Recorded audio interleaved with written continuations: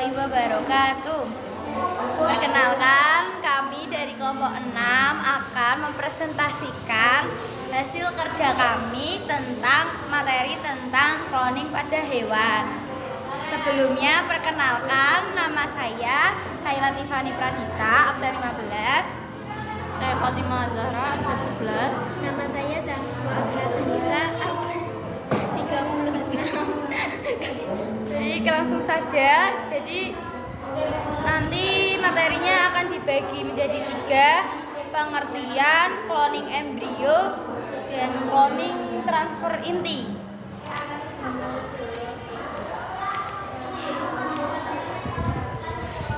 Pengertian: cloning hewan adalah proses di mana seluruh organisme direproduksi dari sel yang diambil dari organisme induk secara aseksual sehingga menghasilkan keturunan yang secara genetik identik. Ini berarti hewan cloning merupakan duplikat sama persis dari induknya, yang berarti juga memiliki DNA yang sama. Cloning pada hewan dibedakan menjadi 2 macam, yaitu cloning embrio dan cloning transfer inti. Untuk pengertian cloning embrio dan transfer inti akan dijelaskan oleh Fatimah dan Zahwa.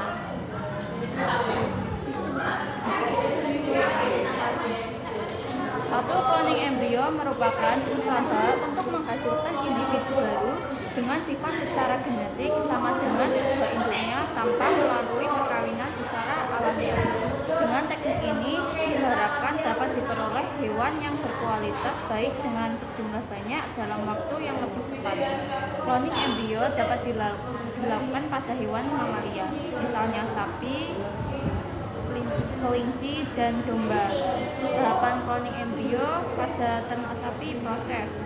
Sperma diambil dari sapi jantan yang memiliki sifat unggul dan sapi betina disuntik.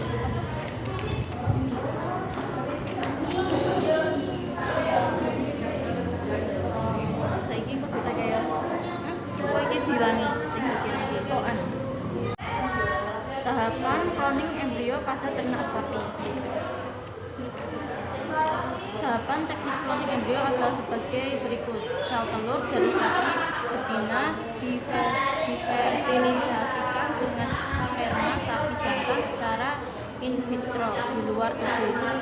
Zigot hasil fertilisasi in vitro akan tumbuh menjadi embrio.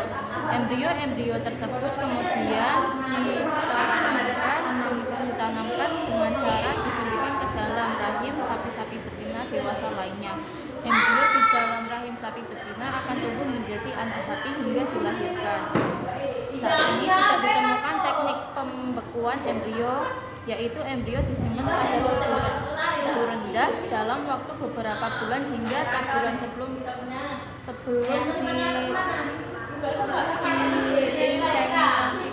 diinseminasikan terakhir cloning embrio, contohnya bayi tabung. Selanjutnya yaitu cloning transfer inti. Inti yaitu memindahkan inti dari sel Donor ke sel yang lain agar diperoleh individu dengan sifat yang sama dengan sel donor. Cloning transfer inti bertujuan menghasilkan individu baru dengan sifat dan jenis kelamin yang sama dalam jumlah banyak. Domba Dolly merupakan hasil cloning transfer inti yang dilakukan oleh ilmuwan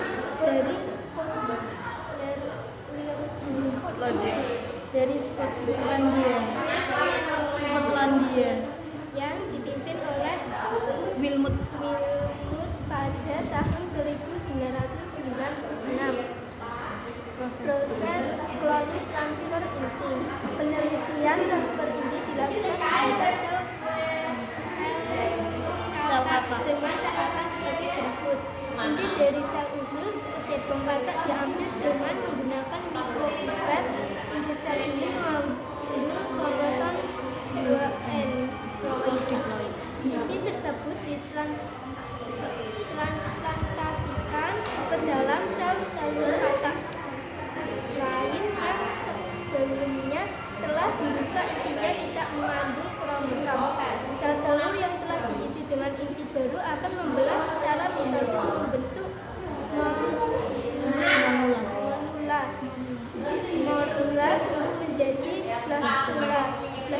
tumbuh menjadi gelas dan seterusnya hingga menjadi individu baru.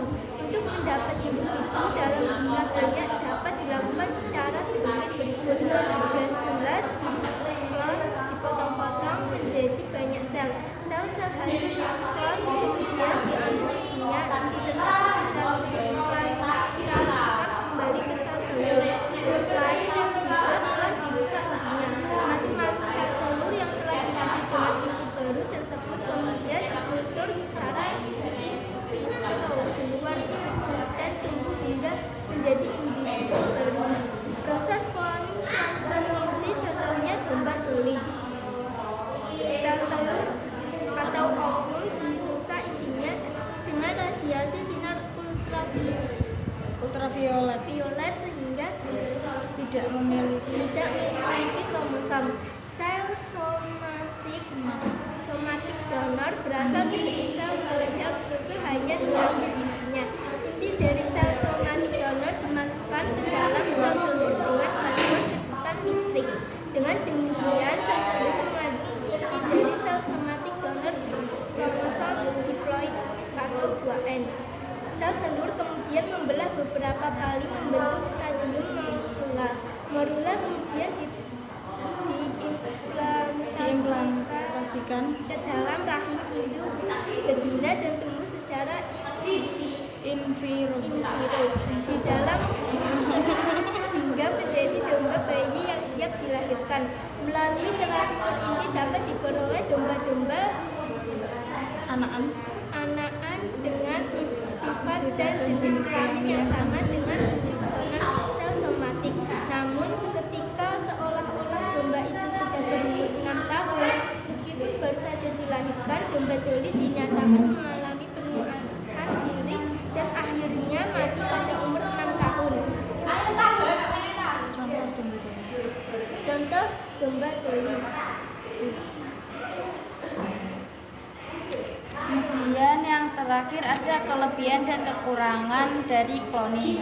Kelebihan cloning pada hewan yaitu yang pertama mencegah kepunahan spesies tertentu.